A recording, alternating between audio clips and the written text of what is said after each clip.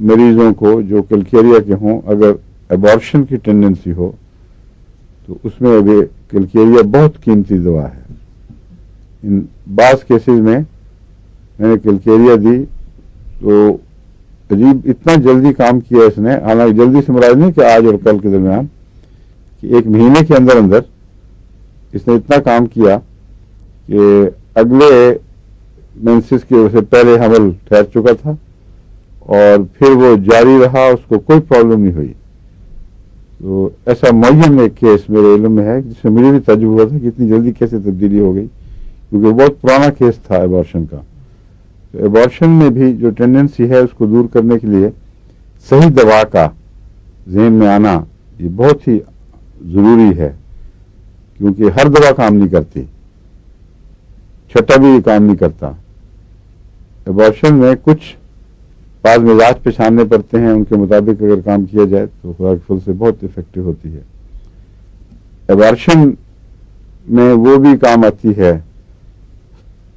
فیرمفاس, کلکیریا اور کالیفاس. اگر عمومی کمزوری کے نتیجے میں ہوتا ہو, ڈیلیکیٹ مریض ہو, سینسٹیو ہو, عمومی کمزوری پائی جاتا ہے, خون کے کمی کا بھی رجحان پایا جائے, اس میں کلکیریا فاس, فیرم فاس, کالی فاس جو میں ایک ٹانک کے طور پر حمل کے دوران دیا کرتا ہوں,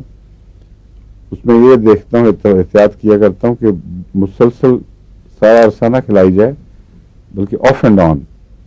کبھی کھلائی پھر رک گئے پھر کھلائی تو کوئی نقصان نہیں ہوتا. بچہ بھی صحت مند رہتا ہے اور ماں بھی صحت مند رہتی ہے, اور عمومی کمزوری سے جو حمل گرنے کا رجحان ہے اس میں یہ روک پیدا ہو جاتی ہے.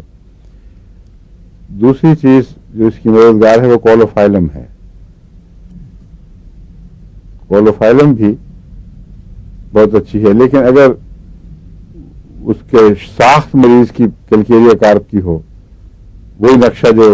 آپ کے ذہن میں پہلے میں اچھی طرح قائم کرنے کی کوشش کر چکا ہوں, فلیبی, موٹاپے کی طرف, پیٹ خصوصاً آگے بڑھا ہوا, پیل کمپلیکشن, سیلو کمپلیکشن, اور جلدی تھک جانا,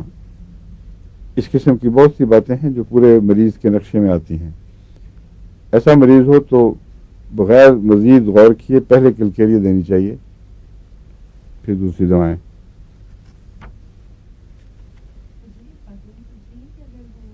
نسخہ جو آپ نے بتایا بلیڈنگ کا, یہ صرف بلیڈنگ کے دوران ہی دینا ہے یا ویسے بھی دے سکتے ہیں؟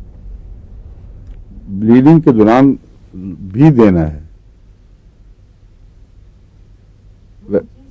نہیں, اس کے بعد دے سکتے ہیں, وائی ناٹ,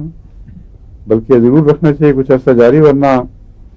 ہو سکتا ہے پوری طرح بیماری کو شفا نہ ہوئی ہو اور جلدی پھر بعض واپس بھی آ جاتی ہے, کیونکہ کلکیریا کی بیماریاں عموماً لمبے عرصے کے زہروں وغیرہ کے جمع ہونے کے نتیجے میں پیدا ہوتی ہیں, جو اعصاب میں تبدیلیاں پیدا کر دیتی ہیں, عضلات میں تبدیلیاں پیدا کر دیتی ہیں. اس لیے اس میں کیور ہونے کے باوجود ضرور بعد میں جاری رکھنا چاہیے. اس کو فوراً بند نہیں کرنا چاہیے, بلکہ اسی اصول پر کہ کبھی چھوڑ دیا کبھی جاری رکھا, لیکن وقتاً فوقتاً اس کو دیتے رہنا چاہیے کچھ عرصے. اور اگر کلکیریا کو بیمار کے ٹھیک ہونے کے بعد 6 مہینے بھی دیا جائے تو نقصان کوئی نہیں ہے, مگر اسی اصول پر کہ کبھی چھوڑ دیا کبھی دے دیا, کبھی چھوڑ دیا کبھی دے دیا, پھر وہ اس کو بوسٹ کرتا رہے گا نیک اثر کو.